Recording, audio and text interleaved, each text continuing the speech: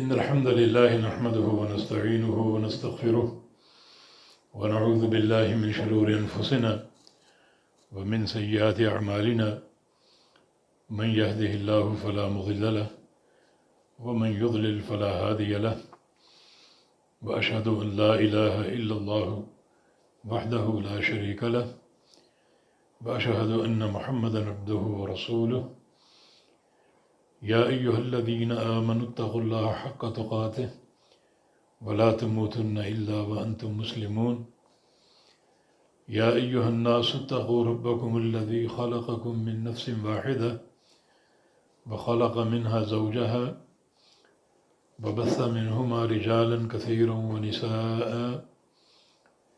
واتقوا الله الذي تساءلون به والأرحام إن الله كان عليكم رقيبا يا أيها الذين آمنوا اتقوا الله وقولوا قولا سديدا يصلح لكم أعمالكم ويغفر لكم ذنوبكم ومن يطع الله ورسوله فقد فاز فوزا عظيما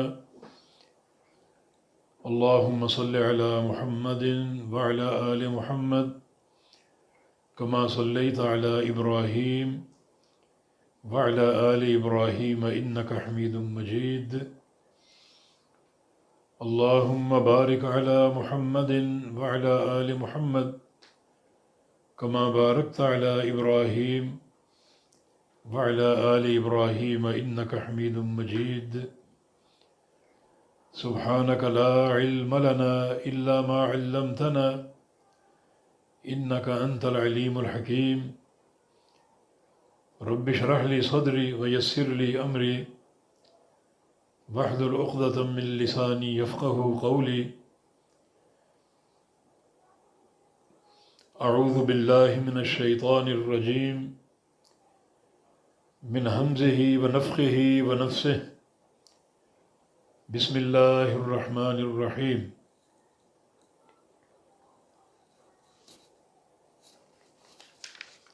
عليها 19 وما جعلنا أصحاب النار إلا ملائكة وما جعلنا عدتهم إلا فتنة للذين كفروا ليستيقن الذين أوتوا الكتاب ويزداد الذين آمنوا إيمانا ولا يرتاب الذين أوتوا الكتاب والمؤمنون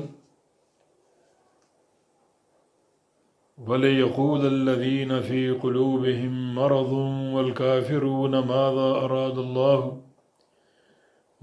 أراد الله بهذا مثلا كذلك يضل الله من يشاء ويهدي من يشاء وما يعلم جنود ربك إلا هو وما هي إلا ذكرى للبشر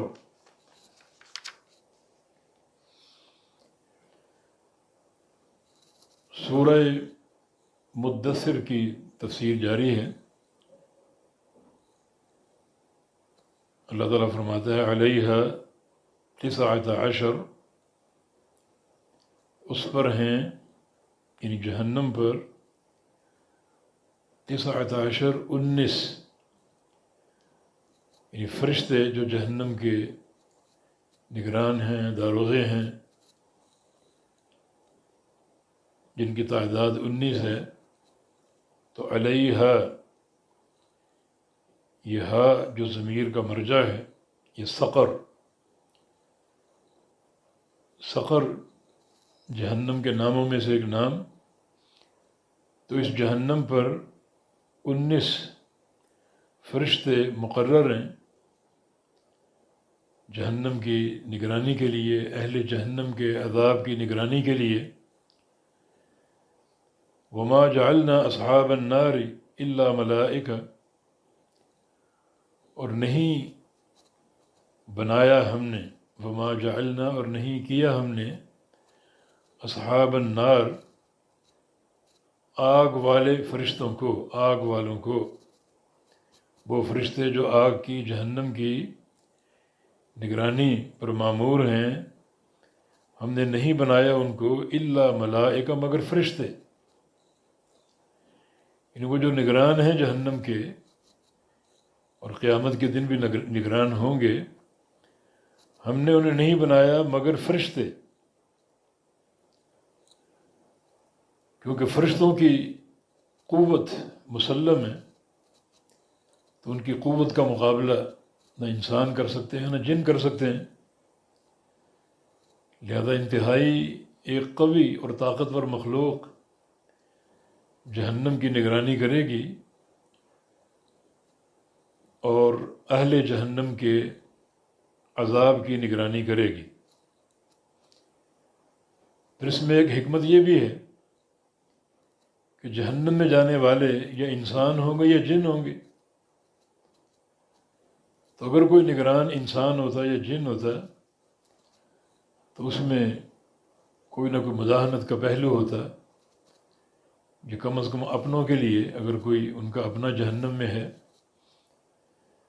تو ہو سکتا ہے وہ اس کے حوالے سے کچھ تخفیف کا اور نرمی کا مظاہرہ کر جائے، حالانکہ جہنم میں داخل ہونے کے بعد انسان کسی نرمی کا مستحق نہیں ہوگا، اس لیے فرشتوں کو مقرر کیا، نہ ان کا تعلق انسانوں سے ہے، نہ ان کے کسی قبیلے سے ہے، نہ ہی جنوں سے ہے، یہ ایک علیحدہ تیسری مخلوق ہے، تو پھر نرمی کا سوال ہی پیدا نہیں ہوگا۔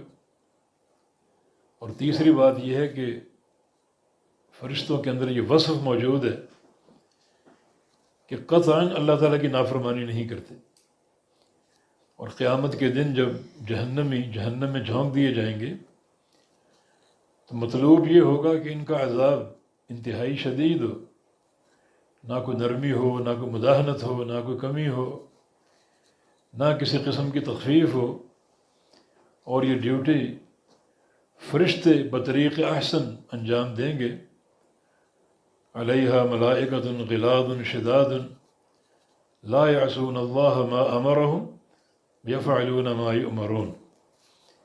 اس جہنم پر فرشتے مقرر ہیں، بہت ہی سخت، بہت ہی شدید، اللہ تعالیٰ کے کسی امر کی نافرمانی نہیں کرتے، اور صرف وہ کام کرتے ہیں، انجام دیتے ہیں جن کا انہیں حکم دیا جائے۔ اس لیے فرمایا کہ ہم نے اصحاب النار جو ہیں، جو داروغے جہنم کے، اس کے لیے فرشتوں کا انتخاب کیا، انسانوں اور جنوں کا نہیں بلکہ فرشتوں کا انتخاب کیا، ان تمام وجوہات کی وجہ سے۔ وما جعلنا عدتهم الا فتنة للذین کفروا، اور نہیں کیا ہم نے ان کی تعداد کو، پیچھے گزرا ان کی تعداد 19 ہوگی، تو 19 تعداد ہم نے کیوں کی؟ نہیں کی ہم نے یہ تعداد 19 الا فتنة للذین کفروا، مگر فتنہ، بطور فتنہ ان لوگوں کے لیے جنہوں نے کفر کیا، ان کافروں کے لیے یہ تعداد فتنہ بن گئی، فتنہ کا باعث بن گئی، مزید ان کی ناکامی اور ضلالت اور گمراہی کا ذریعہ بن گئی۔ جب یہ آیات اتری اور نبی علیہ السلام نے تلاوت کی تو ابو جہل نے یہ آیتیں سن لی، تو وہ ایک استہزاء پر اتر آیا اور اپنے یاروں کو، دوستوں کو جمع کر کے کہا کہ دیکھو قیامت کے دن محمد صلی اللہ علیہ وسلم کے آوان اور مددگار صرف 19 کی تعداد میں ہوں گے، اول تم قیامت کو نہیں مانتے، چنانچہ اگر قیامت قائم بھی ہو گئی تو بس 19 داروغے، 19 نگران، اگر ہم ہر قبیلے سے 100 بندے بھی لے لیں اور یہ سب مل کر ایک ایک فرشتے پر حملہ کر دیں تو یہ کافی ہیں ان فرشتوں کو وہاں سے بھگانے کے لیے اور اخروی معاملات پر قبضہ پانے کے لیے۔ تو یہ ان نادانوں کی ایک گمراہی کا مزید باعث ہو گئی یہ بات، ان کے لیے باعث فتنہ کہ انہیں معلوم نہیں کہ فرشتوں کی طاقت کیا ہے، ایک فرشتہ پوری زمین اٹھا کر پلٹ سکتا ہے۔ قوم لوط کا عذاب اس پر شاہد عدل ہے کہ ایک ہی فرشتے نے پوری بستی اٹھا لی اور اس کو آسمان تک لے گیا، اور وہاں اسے الٹا کر نیچے پٹخا۔ یہ فرشتوں کی طاقت۔ یہ نادان کیا کہتے ہیں کہ ہم 100 بندے مل کر ہر فرشتے پر حملہ آور ہوں گے اور ان کو وہاں سے نکال بھگائیں گے۔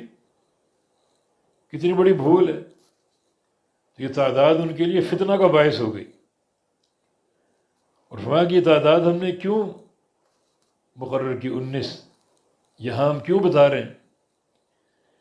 ایک تو کافروں کے لیے فتنہ اور آزمائش، دوسرا اس لیے بتا رہے ہیں لیستیقن الذین اوتوا الکتاب، تاکہ یقین کر لیں وہ لوگ بھی جو کتاب دیے گئے، یعنی اہل کتاب یہودی اور عیسائی، وہ بھی قرآن حکیم کی حقانیت کو مان لیں، کیونکہ ان کی کتابوں میں بھی، تورات میں اور انجیل میں بھی، یہ 19 تعداد کا ذکر ہے جہنم کے داروغوں کی۔ اب وہ سوچیں گے تو صحیح نا کہ ہماری ان کتابوں کا علم اس ان پڑھ امی نبی کو کس نے دیا؟ یہ علم ہماری کتابوں میں تھا، اس تک یہ خبر کیسے پہنچی؟ یقیناً پھر ان کو بھی اس حقیقت پر آنا پڑے گا کہ محمد الرسول اللہ صلی اللہ علیہ وسلم اللہ کی وحی کے ناطق ہیں اور وحی سے بات کرتے ہیں۔ تو لیستیقن الذین اوتوا الکتاب، تاکہ یقین کر لیں وہ لوگ جو کتاب دیے گئے کہ جو قرآن نے خبر دی وہ بالکل موافقت کر رہی ہے تورات اور انجیل کی خبر کی۔ تو مانا یہ اسی ذات کا کلام ہے جس نے یہ بات تورات میں کہی، انجیل میں کہی، اسی نے یہ بات قرآن میں کہی۔ تو ان کو کم از کم احساس تو تھا انہیں، نبی علیہ السلام کی حقانیت کو جانتے اور پہچانتے تھے۔ یعرفونہ کما یعرفون ابناءہم، اس طرح جانتے تھے جیسے اپنے بیٹوں کو جانتے ہیں، اس طرح صداقت کو جانتے تھے۔ تو علم تو تھا انہیں، مگر ان کا کبر، ان کا عناد، حسد اور بغض انکار کا سبب بنا۔ تو فرمایا کہ لیستیقن الذین اوتوا الکتاب، تاکہ یقین کر لیں وہ لوگ جو کتاب دیے گئے کہ یہ قرآن کی خبر تورات اور انجیل کی خبر کے موافق ہے۔ تو اب تو مان لو اس کا حق ہونا۔ اور وَيَزْدَادَ الَّذِينَ آمَنُوا ایمانا، تاکہ بڑھ جائیں وہ لوگ جو ایمان لائے، ایمان میں اپنے ایمان کے اعتبار سے بڑھ جائیں وہ۔ یعنی اہل کتاب اس خبر کو سن کر اس کی صداقت کا یقین کر لیں، اور جب وہ اس کی صداقت کا یقین کریں گے تو اہل ایمان کا ایمان اور بڑھ جائے گا، ان کا ایمان اور تازہ ہو جائے گا کہ جو قرآن نے خبر دی ہے اس خبر کی تصدیق یہودی بھی کر رہے ہیں، عیسائی بھی کر رہے ہیں، تو ان کا ایمان اور بڑھ جائے گا۔ تو اہل کتاب یہود و نصارہ اس کی تصدیق پر مجبور ہوں گے، اور جب وہ تصدیق کریں گے تو اہل ایمان کا ایمان اور بڑھ جائے گا۔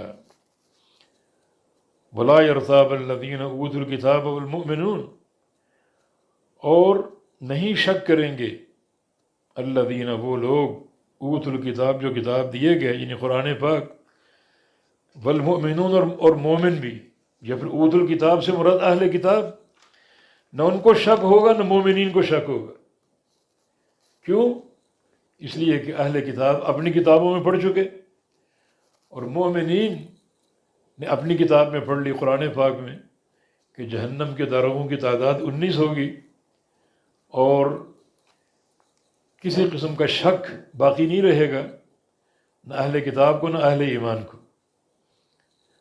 وَلَيَقُولَ الَّذِينَ فِي قُلُوبِهِم مَرَضٌ وَالْكَافِرُونَ مَاذَا أَرَادَ اللَّهُ بِهَذَا مَثَلًا، اور تاکہ کہیں وہ لوگ جن کے دلوں میں مرض ہے،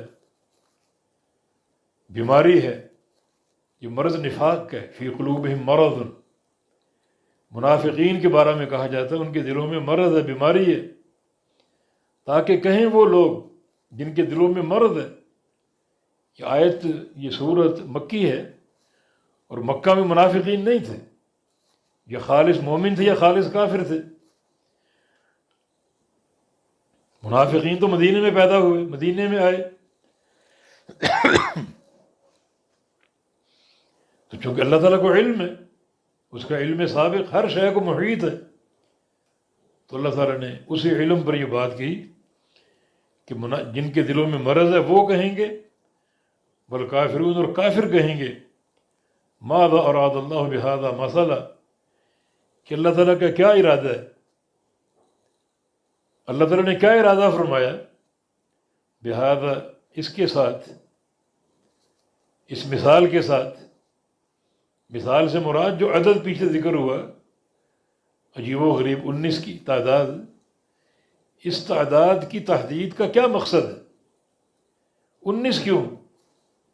کچھ تعداد اور ہوتی تو اس تعداد کو بھی ایک عجیب و غریب تعداد قرار دیا گیا، اور اللہ تعالیٰ نے یہ خبر پہلے دے دی، جو مزید اس وحی کی صداقت کی دلیل ہے کہ جن کے دلوں میں مرض ہے، ان منافقین اور کافر، یہ کہیں گے کہ اللہ رب العزت نے اس عجیب و غریب تعداد، یعنی 19 کی تعداد سے کیا ارادہ فرمایا، اللہ تعالیٰ کیا چاہتا ہے اس 19 کی تعداد سے۔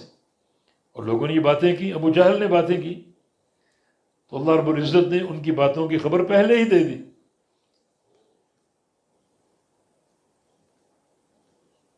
كذلك يضل الله من يشاء ويهدي من يشاء، اسی طرح گمراہ کرتا ہے اللہ تعالیٰ جس کو چاہتا ہے، اور ہدایت دیتا ہے من یشاء، جس کو چاہتا ہے۔ یعنی گمراہی اور ہدایت اللہ کے پاس، اس کا اختیار اللہ تعالیٰ کے پاس ہے، جس کو چاہے ہدایت دے دے، جسے چاہے گمراہ کر دے۔ مگر یہ ہدایت دینا اور گمراہ کرنا جبر کے ساتھ نہیں، اکراہ کے ساتھ نہیں ہے کہ اللہ تعالیٰ مجبور کر کے کسی کو گمراہ کرے، مجبور کر کے کسی کو ہدایت دے، نہیں، اللہ تعالیٰ کا کام اقامت حجت ہے۔ اللہ تعالیٰ نے انبیاء بھیجے، کتابیں اتاری، اور لوگوں کو آزادی دی، بتا دیا کہ یہ راستہ حق کا اور یہ راستہ گمراہی کا ہے، جس راستے کو چاہو چن لو، تو پورا اختیار دیا، اکراہ نہیں ہے، جبر نہیں ہے۔ مگر چونکہ اللہ تعالیٰ کا علم سابق، اللہ تعالیٰ جانتا ہے اور ہمیشہ سے جانتا تھا کہ کون ایمان قبول کرے گا اور کون کفر پہ قائم رہے گا، اور اللہ رب العزت نے اگر کہیں خبر دی تو اسی علم سابق کے مطابق خبر دی۔ باقی کسی کا ہدایت پانا یا کسی کا کفر پہ جمے رہنا اللہ تعالیٰ کے مجبور کرنے پر نہیں ہے۔ اللہ رب العزت نے انبیاء اور رسل کی بعثت اور کتابوں کے جو ہے وہ نزول سے راستے واضح کر دیے، حجت تمام کر دی، اور کسی کو مجبور نہیں کیا کہ تم ضرور ایمان لاؤ، تم ضرور کافر بنو، نہیں، اللہ تعالیٰ نے اقامت حجت فرما دی، اور اگر پہلے سے خبر دی ہے تو وہ اس کا علم سابق ہے، وہ جانتا ہے کہ کون ایمان لائے گا اور کون ایمان نہیں لائے گا۔ وَمَا يَعْلَمُ جُنُودَ رَبِّكَ إِلَّا هُوَ، اور کہہ دو ان سے جو ان 19 کی تعداد کے فرشتوں پر تنقید کرتے ہیں اور سمجھتے ہیں کہ چھوٹی سی جماعت ہے، ان پر ہم غالب آ جائیں گے، یہ ہمارا کیا بگاڑ لیں گے، حالانکہ وہ فرشتے ہیں، ملائکہ، غلاد شداد، بڑے طاقت اور مضبوط، جن کی طاقت کا، مضبوطی کا اور شدت کا یہ تصور نہیں کر سکتے، تاہم ان کو پھر بھی بتا دو وما یعلم، اور نہیں جانتا جنود ربک، تیرے رب کے لشکروں کو، الا ہوا، مگر وہی۔ یہ تو 19 کی تعداد ہم نے بتائی نا جہنم کے داروغوں کی، تو اللہ تعالیٰ کے کتنے لشکر ہیں، ہر چیز اللہ کے لشکر، پانی کے قطرے اللہ کے لشکر ہیں، یہ ہواؤں کے ذرے اللہ کے لشکر ہیں، کڑک اور چیخ اللہ کے لشکر ہیں، حتیٰ کہ ابابیل پرندے اللہ کے لشکر ہیں، اللہ تعالیٰ جس کو چاہے لشکر کے طور پر، فوج کے طور پہ استعمال کر لے۔ اور ملائکہ جہنم کے داروغے 19 ہیں، ایک ایک فرشتہ پوری دنیا پر چھا سکتا ہے۔ ایک ہی فرشتہ نا، اسرائیل، جو پوری کائنات کی روحیں قبض کرنے پر مامور ہے، اور کوئی اس کو نقصان پہنچا سکا؟ سب کی روحیں اس نے قبض کی اور کرتے رہیں گے۔ لیکن ساتھ سن لو کہ 19 تو ہم بتا رہے ہیں جہنم کے داروغے، لیکن فرشتوں کی تعداد اتنی زیادہ کہ تم ان کا شمار نہیں کر سکتے ہو، اس تعداد کا احاطہ نہیں کر سکتے ہو، اور سب اللہ کے لشکر۔ یہ 19 فرشتے تم سے نمٹ لیں گے، لیکن پھر بھی اگر تمہارا یہ ایک زعم فاسد ہے کہ یہ تعداد کم ہے، ہم ان پر غالب آ جائیں گے، تو تمہاری اطلاع کے لیے عرض ہے کہ اللہ کے لشکر بہت زیادہ ہیں، جن کو اللہ ہی جانتا ہے اور کوئی نہیں جانتا۔ ملائکہ اللہ کے لشکر ہیں، اور ملائکہ کی تعداد کو کم نہیں۔ نبی علیہ السلام کی حدیث ہے کہ اطت السماء وحق لها ان تئط، اس ساتوں آسمانوں میں ایک لرزش سی ہے، تھرتھراہٹ سی ہے، ہلنا ہے، اور کیوں نہ ہلیں؟ ما فی السماوات السبع موضع 4 اصابع الا وملک قائم وملک راکع وملک ساجد واضع جبہتہ للہ۔ ساتوں آسمانوں میں ایک 4 انگلی کے برابر خالی جگہ نہیں، ہر جگہ فرشتہ موجود ہے، کوئی فرشتہ قیام میں، کوئی رکوع میں، کوئی سجدے میں۔ ان ساتوں آسمان تصور کرو ذرا، یہ سورج ہماری زمین سے بڑا ہے، اور سورج کا کیا مقابلہ آسمانوں سے، اور ان ساتوں آسمانوں میں 4 انگلی کے برابر خالی جگہ نہیں۔ یہ ملائکہ کی تعداد۔ نبی علیہ السلام کی ایک اور حدیث ہے کہ بیت المعمور فرشتوں کی مسجد، جس میں روزانہ 70,000 فرشتے نماز پڑھتے ہیں، اور جس فرشتے نے ایک بار نماز پڑھ لی اس کی قیامت تک باری نہیں آئے گی۔ اب کتنے لاکھوں کروڑوں دن گزر چکے، اور کتنے دن ابھی باقی ہیں دنیا کے، تو روزانہ کے حساب سے 70,000 فرشتے جو بیت المعمور میں نماز پڑھتے ہیں۔ باقی جو فرشتے آسمانوں میں، زمینوں میں اللہ تعالیٰ کی عبادت میں مصروف ہیں، اپنی ڈیوٹیاں انجام دے رہے ہیں، مگر یہاں صرف ان فرشتوں کا ذکر ہے جن کو بیت المعمور میں نماز پڑھنے کے لیے پیدا کیا گیا۔ روزانہ 70,000 فرشتے نماز پڑھتے ہیں، اور جس نے ایک بار پڑھ لی اس کی قیامت تک باری نہیں آئے گی۔ اور نبی علیہ السلام کی ایک اور حدیث ہے کہ یؤتی بجہنم یوم القیامہ ومعها 70,000 زمام، کہ جہنم کو قیامت کے دن لایا جائے گا، 70,000 لگاموں میں جکڑی ہوگی، اور علی کل ضمام 70,000 ملک، اور ہر لگام پر 70,000 فرشتوں کی ڈیوٹی ہوگی جہنم کو کھینچنے کے لیے۔ تو اندازہ کریں کتنی تعداد، ایک ایک بندے کی خاطر جو ملائکہ کی خدمت ہیں۔ مجھے نبی علیہ السلام کی ایک حدیث ہے کہ ایک طالب علم اگر کسی مقام پر ہو تو فرشتے پہنچ جاتے ہیں، اپنے پروں کے جلوں میں اسے لے لیتے ہیں، پروں کا سایہ کرتے ہیں، پھر ایک فرشتہ دوسرے پر سوار ہوتا جاتا ہے اور زمین سے آسمان تک پہنچ جاتے ہیں، ایک طالب علم کی خاطر۔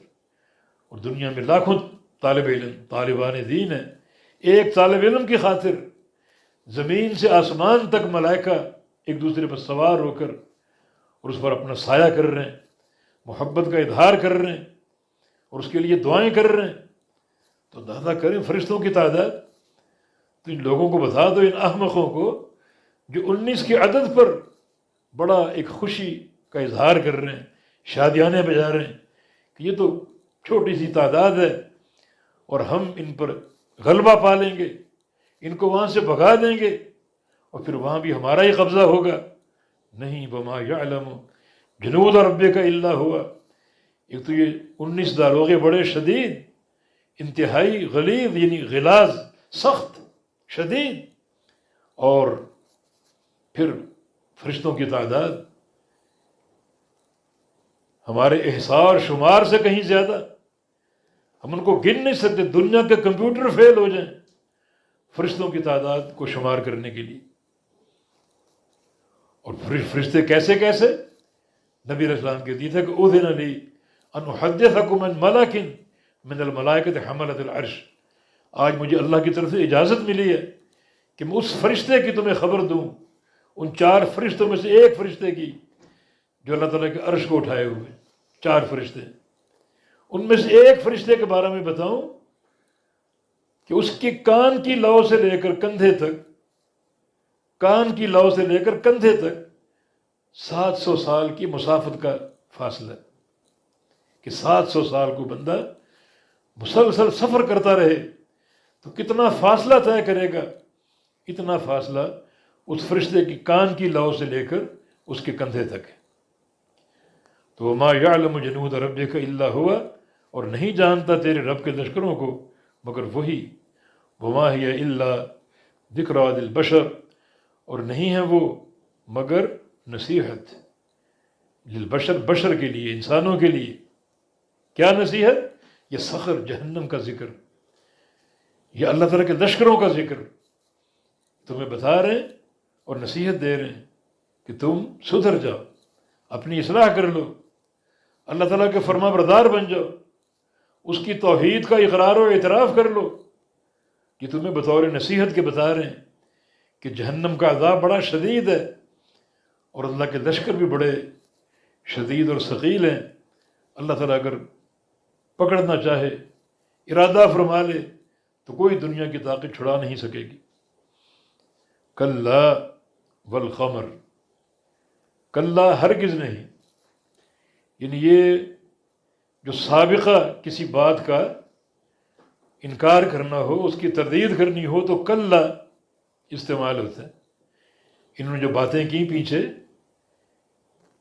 جہنم کے داروغوں کے بارے میں کہ وہ 19 کی تعداد بہت تھوڑی تعداد ہے، اور ہم یہ کر لیں گے اور وہ کر لیں گے، کلا ہرگز نہیں۔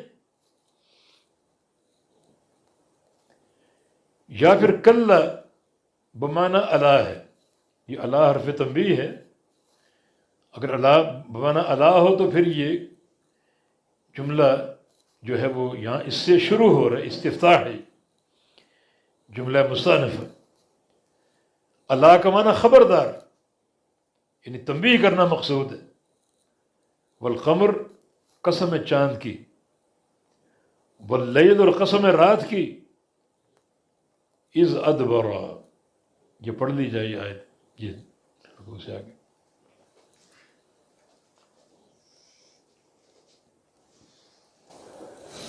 اعوذ باللہ من الشیطان الرجیم، كلا والقمر والليل إذ أدبر والصبح إذا أسفر إنها لإحدى الكبر نذيرا للبشر لمن شاء منكم أن يتقدم أو يتأخر كل نفس بما كسبت رهينة إلا أصحاب اليمين في جنات يتساءلون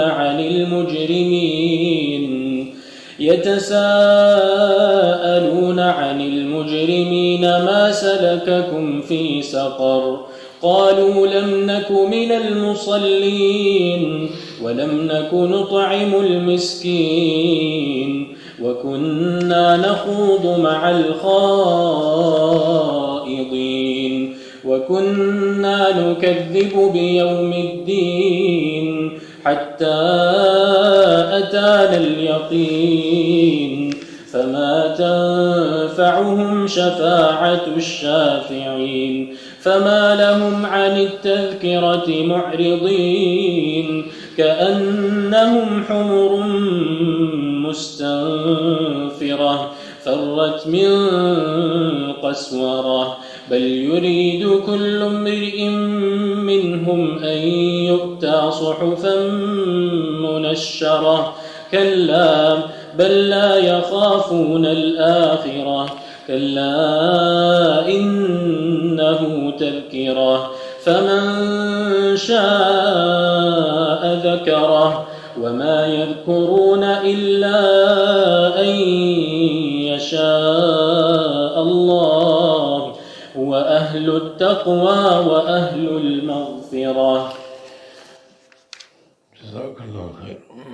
کلا بالقمر، تو کلا یا تو حرف ردع ہے، یعنی سابقہ کسی بات کا انکار کرنے کے لیے، اور جو بات ابو جہل نے کہی تھی کہ ہم ان 19 جہنم کے داروغوں پر غلبہ پا لیں گے، ہمیں کوئی ڈر نہیں ہے، اس کا انکار ہے. یا پھر کلا بمعنی الا، اور الا حرف تنبیہ ہے خبردار کے معنی میں.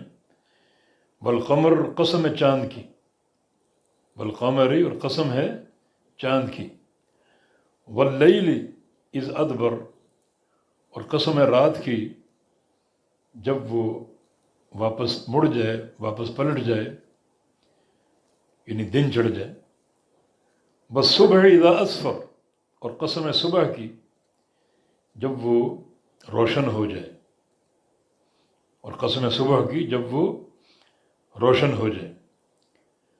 تو 3 قسمیں ہیں یہ، ایک چاند کی اور رات کے پلٹنے کی. جب رات پلٹتی ہے تو دن کا اجالا شروع ہوتا ہے. اور وہ صبح اذا اسفر، اور صبح کی قسم جب وہ روشن ہو جائے. تو اذ اور اذا یہ دونوں حروف استعمال ہوئے. یہاں یہ دونوں ظرف کا معنی دیتے ہیں. اذ جو ہے یہ ظرف برائے مستقبل ہے، اور اذا ظرف برائے ماضی ہے. یعنی اذ کا تعلق مستقبل سے ہے اور اذا کا تعلق ماضی سے ہے. دونوں حروف ظرف ہیں. تو قسم ہے چاند کی اور قسم ہے رات کی جب وہ پلٹے، اور قسم ہے صبح کی جب وہ روشن ہو.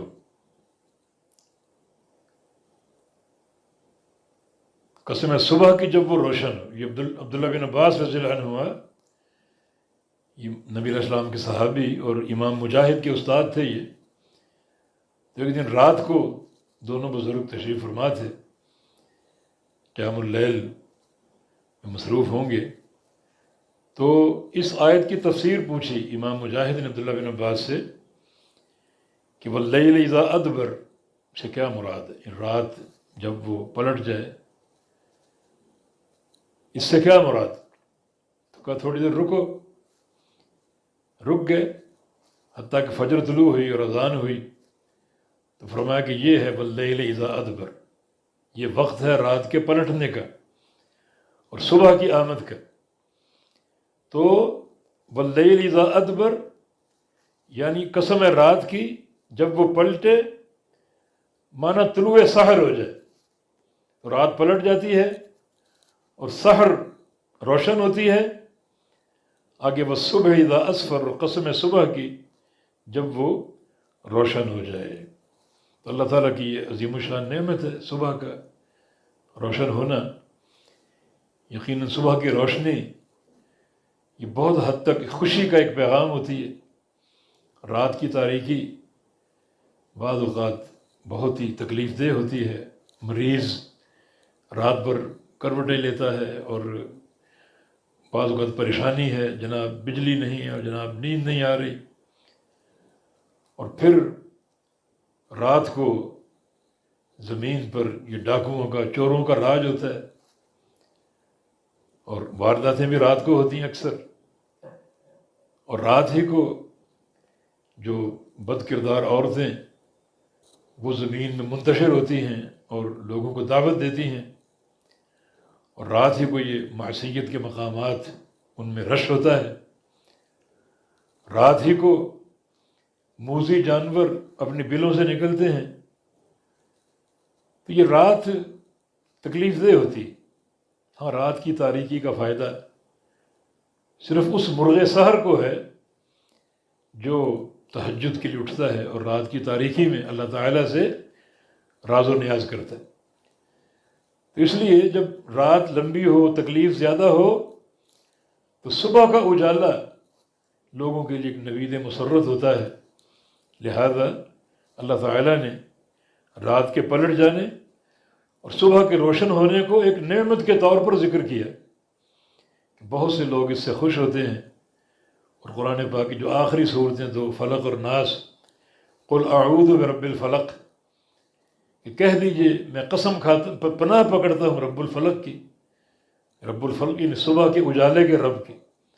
تو اللہ تعالیٰ نے یہاں بھی یعنی صبح کے اجالے کو ایک نعمت عظمیٰ کے طور پر ذکر کیا، کہ واقعتاً جب اجالا پھیلتا ہے تو لوگوں کی خوشی، مسرت، ان کا نیند سے اٹھنا اور ایک حشاش و بشاش ہو کر، اور پھر اللہ تعالیٰ کی عبادت بھی کرنا، اور پھر دن چڑھنے پر اپنے کام کاج کاروبار میں روانہ ہونا، ایک چہل پہل شروع ہو جاتی ہے۔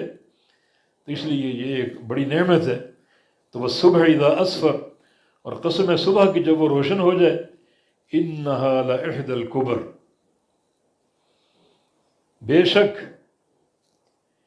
یہ جس کا پیچھے ذکر ہوا یعنی جہنم، سقر، لإحدى الکبر، یہ بڑی مصیبتوں میں سے ایک مصیبت ہے۔ لإحدى الکبر، کبر کبرا کی جمع ہے، جس کا معنی بڑی چیز، اور کبر بڑی چیزیں، جو بڑی چیزیں، بڑی بڑی چیزیں ہیں، بڑی بڑی دہشتیں ہیں، بڑی بڑی ہولناکیاں ہیں، ان میں سے ایک جہنم ہے۔ انہا لإحدى الکبر، اور یہ جملہ انہا جواب قسم ہے، جو 3 قسمیں پیچھے گزری، تو قسم کے بعد جواب قسم ہوتا ہے، یعنی اللہ تعالیٰ قسم کھا کر کیا بتانا چاہتا ہے، کیا خبر دینا چاہتا ہے، تو یہ جواب قسم ان تینوں قسموں کا، کہ انہا لإحدى الکبر، بے شک یہ جو جہنم ہے، سقر ہے، یہ قیامت کا وقوع ہے، یہ بڑی جو دہشتناک چیزیں، دواہی، ان میں سے ایک ہے۔ نذیرا للبشر، ڈرانے والی، للبشر، بشر کو، انسان کو ڈرانے والی۔ کون؟ یہ سقر، جہنم، یعنی جہنم کا تعارف ہم نے جا بجا پیش کیا تاکہ آپ کے دل میں ڈر پیدا ہو جہنم کا۔ تو جہنم ڈرانے والی ہے انسانوں کو، بشر کو۔ اور بعض مفسرین کہتے ہیں کہ نذیرن یہ حال ہے شروع کی آیتوں سے، قم فانذر سے، یعنی قم نذیرا للبشر، کہ اے محمد صلی اللہ علیہ وسلم کھڑے ہو جاؤ اس حال میں کہ آپ ڈرانے والے بنے انسانوں کو۔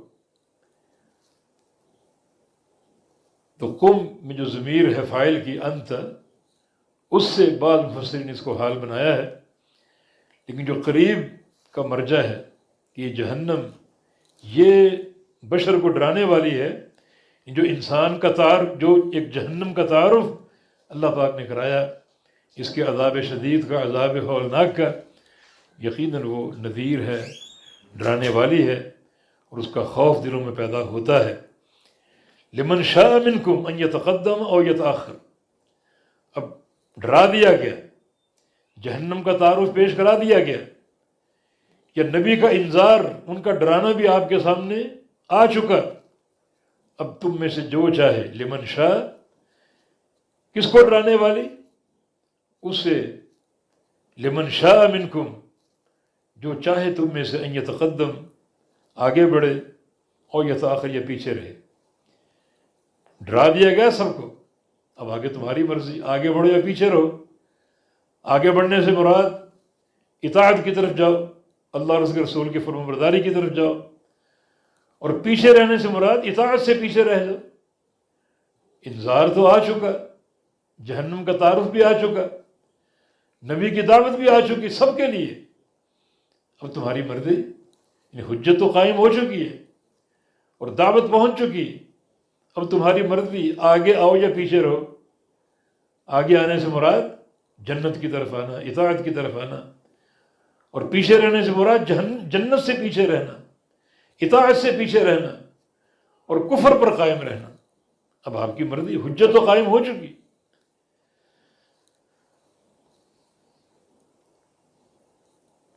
کل نفس بما کسبت رہینہ، ہر انسان یا ہر نفس، بما کسبت، بوجہ جو اس نے کمایا، بسبب جو اس نے کمایا، رہینہ گروی ہے۔ ہر شخص اپنی کمائی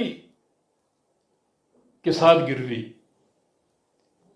اور جہنم کے عذاب سے بچنے کے لیے اس گروی سے اپنے آپ کو چھڑانا پڑے گا، نکالنا پڑے گا۔ اب قیامت کے دن چلے جاؤ گے، تم پہنچ جاؤ گے میدان محشر میں، تو سب کے سب گروی ہیں جہنم سے رہائی کے بدلے۔ اب اگر نیک عمل ہوں گے تو گروی سے چھوٹ جاؤ گے، جہنم سے بچ جاؤ گے، اور اگر نیک عمل نہیں ہوں گے تو اس گروی کو نہیں چھڑا پاؤ گے، پھر جہنم کا لقمہ بن جاؤ گے۔ تو ہر شخص بوجہ اپنی کمائی کے رہینہ گروی ہے۔ جس نے اس گروی سے اپنے آپ کو چھڑا لیا اعمال صالحہ کے ذریعے، وہ نجات پا گیا، اور جو اس گروی سے نہ چھڑا سکا، مانو اس کے اعمال برے ہیں، تو وہ جہنم سے نہیں بچ سکے گا، جہنم کا لقمہ بن جائے گا۔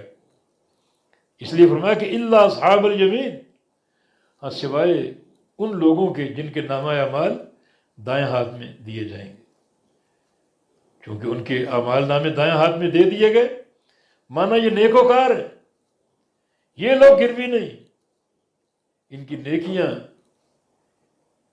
ان کے لیے جنت کے داخلے کا پیغام ہے۔ دراصل ہر بندے کے ساتھ فرشتے مقرر ہیں دنیا میں، اور اس کے اعمال لکھ رہے ہیں، نیکیاں بھی بدیاں بھی، اور یہ دو طرح کے اعمال نامے تیار ہو رہے ہیں۔ اور قیامت کے دن کچھ لوگوں کو دائیں ہاتھ میں، کچھ لوگوں کو بائیں ہاتھ میں اعمال نامے دیے جائیں گے۔ تو وہ لوگ جو اصحاب الیمین ہیں، جن کے اعمال نامے نیکیوں سے بھرے ہوئے ہیں، تو ان کا گروی میں پھنسنے کا سوال ہی پیدا نہیں ہوتا، وہ تو نیکیاں لے کر آئے۔ لیکن وہ لوگ جن کے پاس نیکیاں بھی ہیں، گناہ بھی ہیں، تو ان کا گروی میں پھنسنا موجود ہے، قائم ہے۔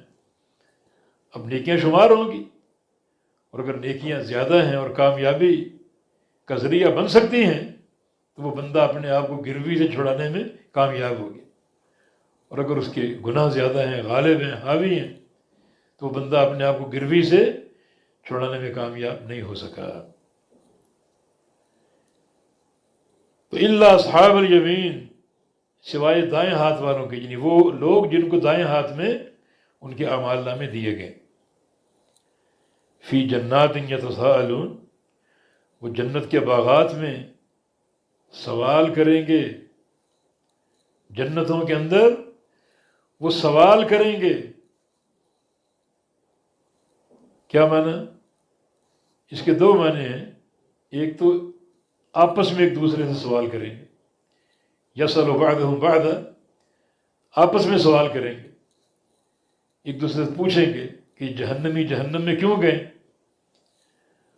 اور ایک معنی مجرموں سے پوچھیں گے، یتساءلون عن المجرمین، اگر مجرموں سے پوچھیں گے یعنی جنتی جہنمیوں سے پوچھیں گے تو پھر یہ ان زائد ہے، پھر عبارت یوں ہے یتساءلون المجرمین، وہ سوال کریں گے مجرموں سے، ما سلککم فی سقر، کس چیز نے تمہیں داخل کیا فی سقر، سقر میں، وہی جہنم، اس جہنم میں تمہیں کس چیز نے داخل کیا، تم جہنم میں کیوں داخل ہوئے؟ قالوا، وہ کہیں گے لم نک من المصلین، نہیں تھے ہم نماز پڑھنے والوں میں، نماز نہیں پڑھتے تھے۔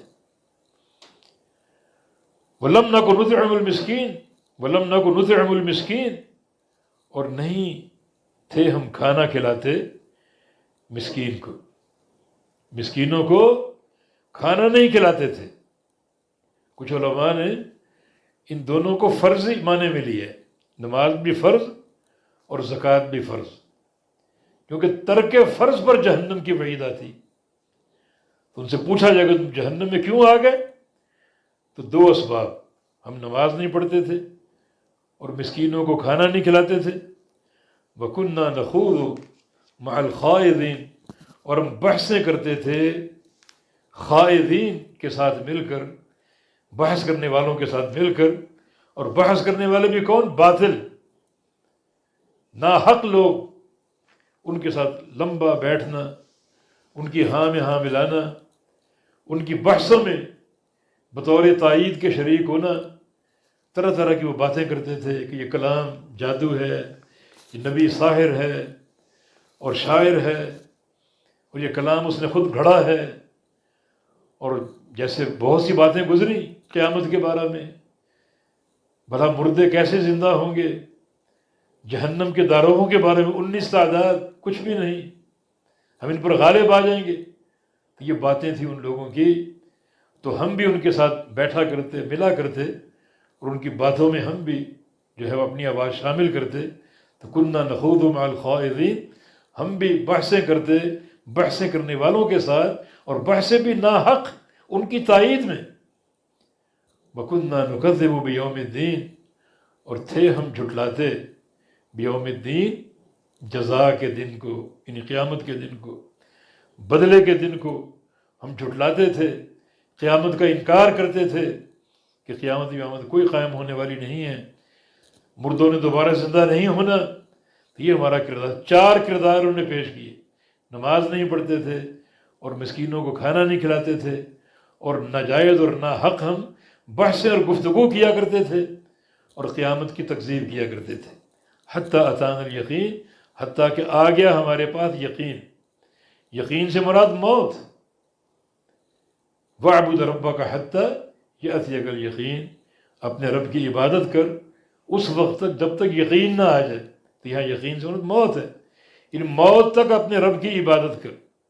تو ہم انہی کاموں میں مصروف تھے، بے نماز تھے اور ایمان نہیں لائے، قیامت کو نہیں مانتے تھے. تو اچانک موت آ گئی، اور پھر زندگی کا سلسلہ منقطع ہو گیا، اور اب آخرت ہے اور حساب و کتاب ہے. فما تنفعهم شفاعت الشافعین، نہیں نفع دے گی انہیں سفارش شافعین، سفارش کرنے والوں کی. شافعین جمع ہے شافع کی، مانا قیامت کے دن بہت سے لوگ سفارش کریں گے. انبیاء سفارش کریں گے، فرشتے سفارش کریں گے، اور صالحین نیک لوگ سفارش کریں گے، شہداء سفارش کریں گے. تو بہت سے شافعین ہیں، مگر انہیں سفارش کرنے والوں کی سفارش نفع نہ دے گی، بلکہ ان لوگوں کے بارے میں سفارش ہو ہی نہیں سکے گی. اللہ تعالیٰ ان لوگوں کے بارے میں سفارش کی اجازت ہی نہیں دے گا. وَلَا يَشْفَعُونَ إِلَّا لِمَنِ ارْتَضَىٰ، کہ سفارش کرنے والے سفارش نہیں کریں گے مگر صرف ان کی جن کی سفارش میں اللہ راضی ہو. اس لیے جو سفارش کی، شفاعت کی جو سب سے بڑی اساس ہے وہ اللہ تعالیٰ کی توحید ہے. اللہ تعالیٰ کی توحید ہے. ابو ہریرہ نے نبی علیہ السلام سے پوچھا تھا، من اسعد الناس بشفاعتک یوم القیامہ، یا رسول اللہ صلی اللہ علیہ وسلم وہ کون لوگ ہیں خوش نصیب جو آپ کی شفاعت قیامت کے دن پائیں گے؟ تو رسول اللہ صلی اللہ علیہ وسلم نے فرمایا تھا، اسعد الناس بشفاعتی یوم القیامہ من قال لا الہ الا اللہ خالصا من قلبہ، کہ میری شفاعت قیامت کے دن صرف ان خوش نصیبوں کو حاصل ہوگی جنہوں نے خالص مخلص ہو کر لا الہ الا اللہ کا اقرار و اعتراف کیا ہو کہ یہ حق صرف اہل توحید کا ہے. جیسا کہ ایک اور حدیث میں فرمایا، وَهِيَ نَائِلَةٌ لِمَن مَّاتَ مِنْ أُمَّتِي لَا يُشْرِكُ بِاللَّهِ شَيْئًا، اور میری سفارش میری امت کے اس بندے کو نصیب ہوگی جس کی موت اس طرح آئے کہ اس نے شرک نہ کیا ہو، توحید پر قائم رہا ہو. فَمَا لَهُمْ عَنِ التَّذْكِرَةِ مُعْرِضِينَ، کیا ہے انہیں نصیحت سے اعراض کرنے والے؟ اتنی واضح نصیحت ہے، اتنا واضح پیغام، نبی علیہ السلام کی صداقت، ان کا اس وحی کو بیان کرنا، اور وحی بھی ایسی جو تورات و انجیل کی بھی تصدیق کر رہی ہے، اور پھر قیامت کا تعارف، اللہ تعالیٰ کا حساب، اللہ تعالیٰ کی پکڑ، یہ ساری باتیں ان کے سامنے آ رہی ہیں. نصیحت کے طور پر انہیں کیا ہو گیا؟ یہ اعراض کرنے والے ہیں اور منہ موڑنے والے ہیں اور بھاگتے ہیں نصیحت سے. کأنہم حمر مستنفرہ، کہ گویا وہ گدھے ہیں بدکنے والے، ڈر کے بھاگنے اور بدکنے والے گدھے ہیں۔ یہ جنگلی گدھے، جنگلی گدھوں کا یہی ایک کردار، یہ ان کی شکل ہوتی ہے، اور وہ بھاگتے ہیں کب؟ آگے آ رہے فرت من قسورہ، جو بھاگ رہے ہوں قسورہ سے۔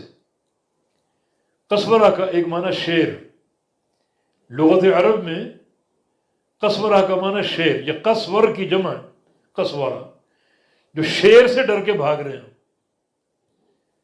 لغت حبشہ میں قسورہ کا معنی شکاریوں کی جماعت جو مسلح ہو کر بھاگتی شکار کے پیچھے۔ تو جب یہ جنگلی گدھے ان کو دیکھتے ہیں، اس جماعت کو دیکھتے ہیں، تو سخت بھاگتے ہیں، بدکتے ہیں۔ یا پھر قسورہ کا معنی ایک تیز آواز سے بھی ڈر کے بھاگتے ہیں۔ تو فرمایا کہ یہ لوگ نصیحت سے اعراض کرنے والے یوں نصیحت سے بھاگتے ہیں، اللہ کے پیغمبر قرآن پڑھ رہے ہوں، تلاوت کر رہے ہوں تو بھاگتے ہیں، سنتے نہیں، جیسے بدکنے والا گدھا بھاگتا ہے شیر کے ڈر سے یا شکاریوں کے ڈر سے، اور یا پھر بلند اور آواز سے چیخ کے ڈر سے۔ بل یرید کل امرئ منہم ان یؤتی صحف منشرہ، بلکہ چاہتا ہے کل امرئ، ہر شخص، منہم، ان میں سے، ہر شخص ان میں سے چاہتا ہے، کیا چاہتا ہے؟ ان یؤتی، کہ اس کو دیا جائے، تھمایا جائے، صحفاً، صحیفے، منشرہ، کھلے ہوئے، بند نہ ہو، کھلے ہو۔ ہر شخص، یہ جو کفار ہیں، مشرکین ہیں، نبی کی بات نہیں مانتے، نبی کی غلامی میں نہیں آتے، اطاعت نہیں کرتے، کہتے ہیں ایک ہی صورت ہے ہم آپ کی بات مانیں، ہم سب کے نام پر اللہ کی طرف سے صحیفہ ہے کھلا ہوا کہ یہ محمد اللہ کا سچا رسول ہے، اس کی اطاعت کرو، اس کی پیروی کرو۔ وہ صحیفے ہمارے پاس آئیں، ہمیں دیے جائیں، ہم وہ پڑھیں، پھر ایمان لے آئیں گے۔ یہ ان کی چاہت اور خواہش ہے۔ جیسے ایک اور مقام پر ہے، کفار قریش نے کہا تھا او ترقى في السماء ولن نؤمن لرقيك حتى تنزل علينا كتابا نقرأه، ہم تمہیں نہیں مانیں گے، ایک ہی صورت ہے، تم ہمارے سامنے چڑھو آسمان کی طرف اور واپس آؤ تو آپ کے ہاتھ میں کتاب ہو جو آپ اوپر سے اللہ کی طرف سے لائے، اسے دیکھیں گے، پڑھیں گے، پھر مانیں گے۔ تو ان کی خواہش کیا ہے کہ ہم سب کو اللہ کی طرف سے ایک صحیفہ دیا جائے جس میں یہ لکھا ہے، پیغام آئے کہ محمد اللہ کا سچا رسول۔ یہ ان کی چاہت۔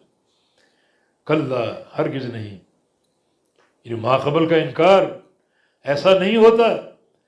بل لا یخافون الآخرہ، بلکہ نہیں ڈرتے یہ لوگ آخرت سے، ان کے دل میں قیامت کا کوئی خوف نہیں۔ اگر خوف ہوتا تو ایسی تجویزیں نہ دیتے، ایسی باتیں نہ کرتے۔ کلا انہ تذکرہ، پھر وہ حرف ردع یا الا کے معنی میں خبردار، بے شک یہ ایک نصیحت ہے، یہ قرآن پاک ایک نصیحت ہے۔ فمن شاء ذکر، پس جو چاہے، ذکرہ، نصیحت اس سے حاصل کر لے، اس سے الگ نہ ہو، اس سے بھاگے نہ، اور اس طرح کی باتیں نہ کرے، بلکہ نصیحت لے لے، حاصل کر لے۔ وما یذکرون الا ان یشاء اللہ، اور وہ نصیحت نہیں حاصل کر سکتے مگر یہ کہ اللہ چاہے۔ اللہ چاہے گا تو حاصل کریں گے، ورنہ نہیں۔ اللہ کی مشیت، اللہ چاہے گا تو حاصل کریں گے۔ یہ بات پیچھے بھی گزری کہ اللہ تعالیٰ نے کسی کو مجبور نہیں کیا نصیحت لینے یا نہ لینے میں، مجبور نہیں کیا، حجت قائم کی ہے، دلائل دیے ہیں، راستہ بتایا ہے۔ چنانچہ اگر یہ چاہتے ہیں تو نصیحت حاصل کر لیں، اور ان کا نصیحت حاصل کرنا اللہ تعالیٰ کی مشیت کے تحت ہے، حریت پوری ہے انہیں، آزادی پوری ہے انہیں، لیکن جو چیز وہ چاہیں گے ان کا وہ اختیار اللہ کی مشیت سے باہر نہیں ہوگا۔ یہ ساری دنیا اللہ کا کارخانہ ہے، اللہ تعالیٰ اس کا مالک ہے، اللہ اس کا بادشاہ ہے، تو اللہ تعالیٰ کی مرضی اور مشیت کے بغیر اللہ کے اس گھر میں کچھ نہیں ہو سکتا۔ تو اللہ تعالیٰ نے گو اختیار دیا، آزادی دی، انبیاء بھیجے، کتابیں اتاری، دلائل دیے، جنت اور جہنم کا راستہ وعدے کیا، اور بندے کو پورا اختیار دیا۔ اب بندہ جو چیز بھی اختیار کرے گا اس کا وہ اختیار کرنا اللہ تعالیٰ کی مشیت کے تحت ہوگا۔ اللہ تعالیٰ جانتا ہے جنت کا اہل کون ہے اور جہنم کا اہل کون ہے۔ جو جنت کا اہل اللہ کے علم میں وہ کیوں ہیں، اور جو جہنم کا اہل اللہ کے علم میں وہ کیوں ہیں؟ اس سے آگے بس خاموشی، یہ اللہ کا راز ہے، اللہ کی تقدیر کے فیصلے جس کو کوئی نہیں جانتا۔ تو نصیحت حاصل نہیں کریں گے مگر یہ کہ اللہ چاہے۔